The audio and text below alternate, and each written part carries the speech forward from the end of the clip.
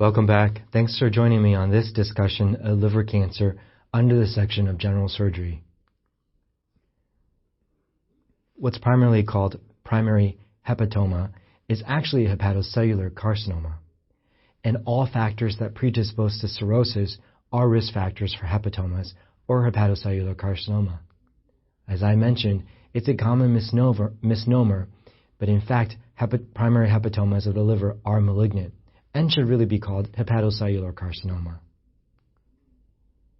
Again, cirrhosis and hepatitis, particularly B and C, are risk factors for hepatocellular carcinoma. And increasingly, NASH or non-alcoholic steatohepatitis, which is associated with obesity, type 2 diabetes, dyslipidemia, and hypertension, or the metabolic syndrome. And the incidents are the highest in Asia, largely because of active hepatitis infections. NASH, to remind you, is again increasingly common due to the obesity and metabolic syndromes, particularly in the West. And NASH stands for non-alcoholic steatohepatitis associated with the metabolic syndrome. Physical findings of liver cancer may include a palpable mass or a non-specific right upper quadrant discomfort. The vast majority of patients do not complain of any abdominal pain. In later stages, there may be cancer-related weight loss, and there may be jaundice when the biliary system is obstructed. In very late stages of cirrhosis, you may find ascites or fluid. This is due to the poor portal venous system drainage. And these findings would be consistent with cirrhosis. Here's a picture of a patient getting ascites drained from the abdomen. This is likely secondary to the hepatic cirrhosis. Also note, this patient also appears to be jaundiced.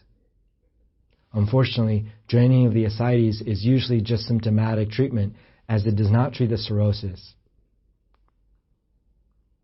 What are some other common findings? We talked about weight loss, potentially early satiety, and anemia. On common laboratory values, we may actually see a low sodium level. Hyponatremia is a poor prognostic indication for liver function. Additionally, we may actually see a drop in the hematocrit. Other common tests that are obtained are the alpha-fetoprotein as a marked tumor marker for liver cancer. Additionally, we always assess the liver synthetic function, namely by its coagulation profile, PT, PTT, and INR. As you're aware of, there are vitamin K dependent factors that are synthesized in the liver. And AST and ALT may be variably elevated. Here's cross-sectional imaging or CAT scan of the abdomen pelvis, demonstrating multiple liver lesions. You'll notice the highlighted regions, there are approximately 3 lesions in this liver. Now, remember from previous lectures, this may also represent metastatic disease, so the clinical context is very important. Should we do a biopsy? It's controversial. It's not worthwhile for small lesions, less than 1 centimeter. And as a reminder, CAT scan images may not even pick up lesions smaller than 1 centimeter. But it is probably worthwhile for larger tumors to determine the next steps. Remember, liver biopsy, although often done percutaneously, either by an interventional radiologist or by a hepatologist under guidance, usually ultrasound, does carry some risks, and these risks include bleeding, particularly if the patient is cirrhotic and already has liver synthetic dysfunction. An important classification for the cirrhosis severity is called Child-Pugh classification. Each of the 5 categories are assigned a score of 1 to 3. They include encephalopathy, ascites, bilirubin, albumin, and INR. The combining of these scores gives you an idea of how much of postoperative or perioperative mortality the patient may experience. Here's the classification.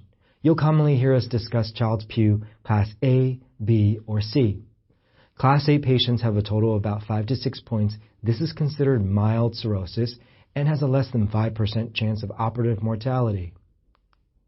In Child's B classification, these patients have heightened risks. Their total points are approximately 7 to 9, with moderate severe disease of cirrhosis. These patients carry significant perioperative mortality of upwards of 25%. And the sickest of all cirrhotic patients are Class C.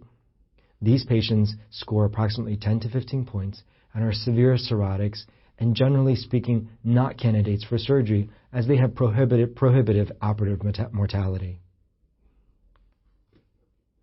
Recently, development of MELD, or Model for End-Stage Liver Disease, has surpassed Child-Pugh as a more accurate predictor of mortality.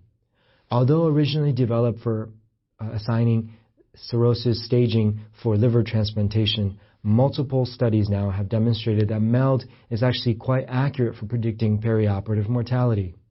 It's a little bit different than the Child-Pugh classification, however. Take a look at this table. MELD includes creatinine, bilirubin, INR, and the most latest iteration is the incorporation of sodium.